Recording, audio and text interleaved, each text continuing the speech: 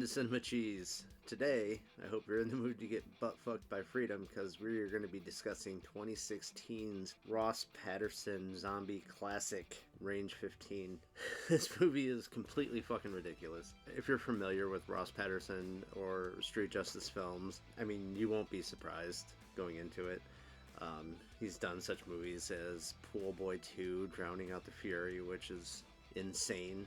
We're not here to talk about Pool Boy. And we're also not here to talk about Helen Keller versus the Night Wolves, unfortunately. That was the movie that kind of brought me into Ross Patterson's world. And like all of his movies, everything he does, he's got a certain style to it. And it may not be for everyone, but if you get it, you get it. His sense of humor and what he does. I find everything he does to be really, really enjoyable. This one's no exception. This one is his zombie movie, which essentially follows a group of guys led by Matt Best, who just get out of the military and they're out partying one night and they're being all, drunk and hilarious, probably wildly offensive. There's some humor in this. There's a lot of humor in this movie. There's a lot of little jokes, and some of it might be offensive to some people, some might not. But you really shouldn't watch this movie and take anything seriously, obviously. I mean, besides the fact it's a zombie movie, it's a Ross Patterson movie, you know what I'm saying? So you should just watch it and enjoy it for what it is. So it starts out with Matt Best and his friends partying at some military bar, or just a bar, and they're getting all fucked up and acting crazy. And then it shows Matt waking up in an interrogation room because he had been arrested. And who walks in other than William Shatner as his public defender? And I mean, Shatner's great in this movie. He clearly, I don't know if he was acting or if he was just kind of like thinking to himself, like, what the fuck am I doing with my life? I'm in this movie. But he's in it. He makes a cameo. You actually get William Zombie Shatner for a minute, which is really cool. This movie also has a lot of other good stars. Ross Patterson plays a role in it as Gene Vanderham, and he is hysterical whenever he's on screen, and anything he does, he's a funny guy. Really fucking awkward. Keith David is in this movie, and he's great. Ron Jeremy makes an appearance. I don't want to say he's starring in it, but he makes an appearance in it. This movie is super self-aware, and it even shows in Ron Jeremy's scene, because he says, oh, the Indiegogo campaign actually made some money so they can afford to put people in here. They're like, okay, you can go now. And he's like, thank God, and he leaves. But Danny Trejo is in it. Danny Trejo has worked with Ross Patterson before in the past. He was in Pool Boy 2. I don't remember if he was in Helen Keller. I don't think he was, but I'm not going to fact check that at the moment. And Rudy, also known as Sean Astin, is in this movie. And again, some of these people have pretty small, minor roles, but I mean, they're still in it. It's still pretty neat. It's fun to watch. So, after Matt and the whole ragtag group of soldiers get arrested for a night of drunken disorderly and assaulting a Prius, and sexually assaulting a Prius. Let me be correct here. He didn't beat up Prius. He fucked it. So there's that. They wake up in prison, and all of a sudden the guard goes, oh, there's something going on, because the lights start flickering. He leaves, and then that's when Zombie Shatner comes in, and Rocco, who's really fucking big. Rocco in this fucking movie is awesome. One of my favorite characters in this movie. I'll get into him in a minute. So then they realize that it's a zombie apocalypse, and they start partying because they realize they get to kill a bunch of zombies. And so they leave they get out of the jail cell. They leave the prison. They just start beating the shit out of zombies with a police baton. And in this group of characters, I already talked about Matt a little bit. He's kind of like the all-American, but he's goofy as fuck. Rocco, I'm going to get to in a minute. There's a guy named Jack. And he has, throughout this entire movie, a fucking blow-up doll epoxied to his cock. And he got arrested on his way to Walmart to get some epoxy remover to remove the blow-up doll from his junk. That comes to a harrowing conclusion towards the end, but I'm not going to spoil this movie, even though it's from 2016. I hope, just with what I say about it, it intrigues people to watch it. And if you do go watch it, I really hope you just go in with like an open mind and just realize that this movie's fucking ridiculous, and just enjoy it. Don't say, oh, well, this doesn't make sense because that doesn't make sense. Say this doesn't make sense because this movie is not supposed to make sense. Anyway, so they're now all fighting zombies in the fucking front of the police station, beating them with batons and stuff, and then they kill all of them, they run, they find these two girls, and they end up all teaming up. And right after they team up, or is it right before? around this time period, one of the guys that's running with Matt and Rocco and them goes to take a leak, and as he's peeing, a dwarf zombie comes running out of nowhere, grabs his cock, and rips it off, and starts hitting him with it. And at one point, he's trying to shove his own cock in his mouth, and then the surviving people are like, "No, we're gonna let you turn, and then we're gonna feed you your dick." Yep, that's Ross Patterson for you. So, anyways, they're driving around. They all team up. The two girls now with the guys, and they decide to take a whiskey truck that was in the police impound because one of them was driving it before they got arrested. At least that's what they said. And as they're fucking about going around, they go to open a bottle of whiskey, and the one guy, JT, says, "Oh, no, you shouldn't open that. No, my his uncle or his grandpa or one of the people that helped him distill it, because he made the whiskey as a amateur scientist, whatever the fuck that means." So he's like, "No, that was a bad batch.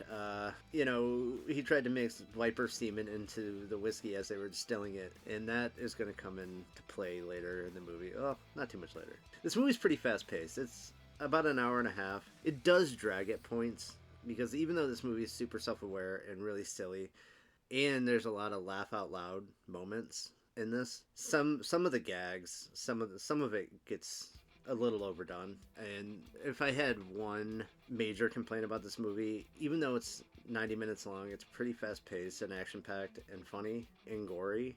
A lot of CGI gore, but it's whatever. It could be shorter, because some of the gags, like I said, it starts to get tiresome at times, and then something will happen and it'll kind of bring you back around into it, or at least it did for me. But I mean, that's if I'm being like nitpicky. When I watch this movie, every time I just kind of like just want to enjoy it. You know what I mean? I just want to like just be into it. Just kind of want to spread those cheeks and take it in. Get butt fucked by freedom, for freedom. So as they're driving around in this whiskey truck that they got from the police impound, they come across a gas station in the middle of nowhere. And Rocco, like I mentioned, he's always mentioning how big he is, because he is this big, tattooed, muscle-bound dude, and he's got like a Fu Manchu and fucking. He's like, look how fucking big I am, you know what I mean? He's standing in front of the window, and they're like, "Rocco, I wouldn't stand right there, because if this was a zombie movie, this would be about the time where you get pulled through that window." And then like 2 seconds later, he gets pulled through the window. And then like Matt and all them go rushing in with their guns and stuff, and they see this big, heavy-set dude with slushy coming down his face. And then they find out he's not a zombie. He just zombie apocalypse. He wanted to steal some shit, and what he wanted to steal was a slushie. So anyway, so they're in the gas station after Rocco gets pulled through the window, and they go in the back room, and they find Rocco with the zombie chick on the counter. He's got his hand on her neck, and they're fucking. He's fucking the zombie chick. And again, this is from the mind of Ross Patterson. Ross Patterson directed it. He was one of the writers along with two other guys. But the semen whiskey does come back into play right after the scene, shortly after, because they're trying to make it to Range 15, because that's where they heard that they had to go. Yeah, but they go to a different military base along the way to talk to a colonel, because while they were on their way, they got ambushed by some zombies, and they end up smashing one of the bottles of Viper Semen whiskey. It's not what it's called, but it's the whiskey with the Viper Semen in it, and hit them with a Kill Cliff energy drink, and so the zombies turned back into humans, so they found a cure. This group of people, one of them has just fucked a zombie, have found a cure for the zombie apocalypse within like the first maybe 40 minutes of this movie, and it's Viper Semen whiskey and an energy drink. So that's why they're going to talk to the colonel, who is played by Keith David, who is hilarious. And once they get there, that's when they introduce Ross Patterson as Gene Vanderham, and they all go to deliver the whiskey to Range 15, where they sent all the scientists so they can like figure out what exactly made the cure and mass produce it. I can't even talk about all of the silly gags, and I won't.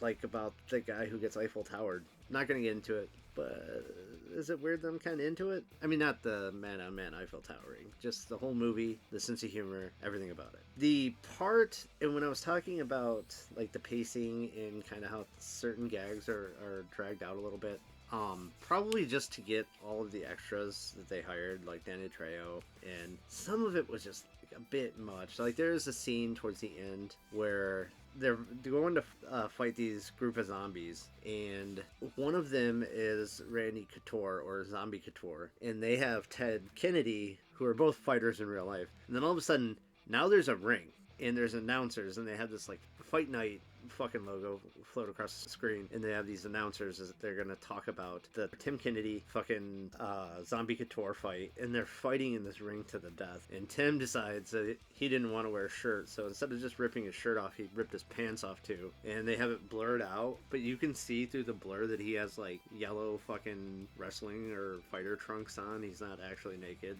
but they still blurred it out, which I thought was hilarious. So after that fight happens, Zombie Trejo comes out, and then they continue on with this whole like announcer, fight thing. It's one of those things that kind of went on for a bit long, but it's still nitpicky stuff.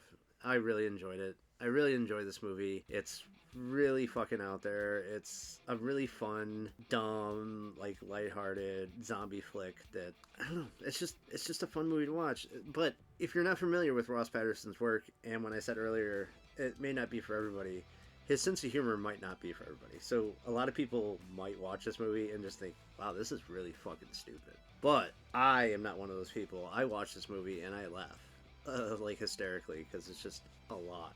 So it's available on Tubi if anybody wants to check it out. I highly recommend it. If anything I said sounds even remotely entertaining to you, go check it out. This only has a 4.1 on IMDb, and that's a little low in my opinion, but I'm kind of biased because I really love Ross Patterson, his work, and this movie. You know what I mean? But for me personally, I'd say just like 7 or 8 out of 10.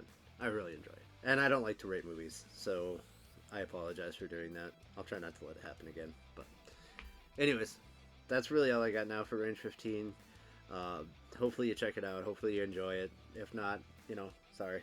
But it's a movie I love, so I wanted to share it with you guys. Anyways, until next time, keep watching cheesy cinema. Most importantly, keep watching Cinema Cheese. It's your boy Queso out. Peace.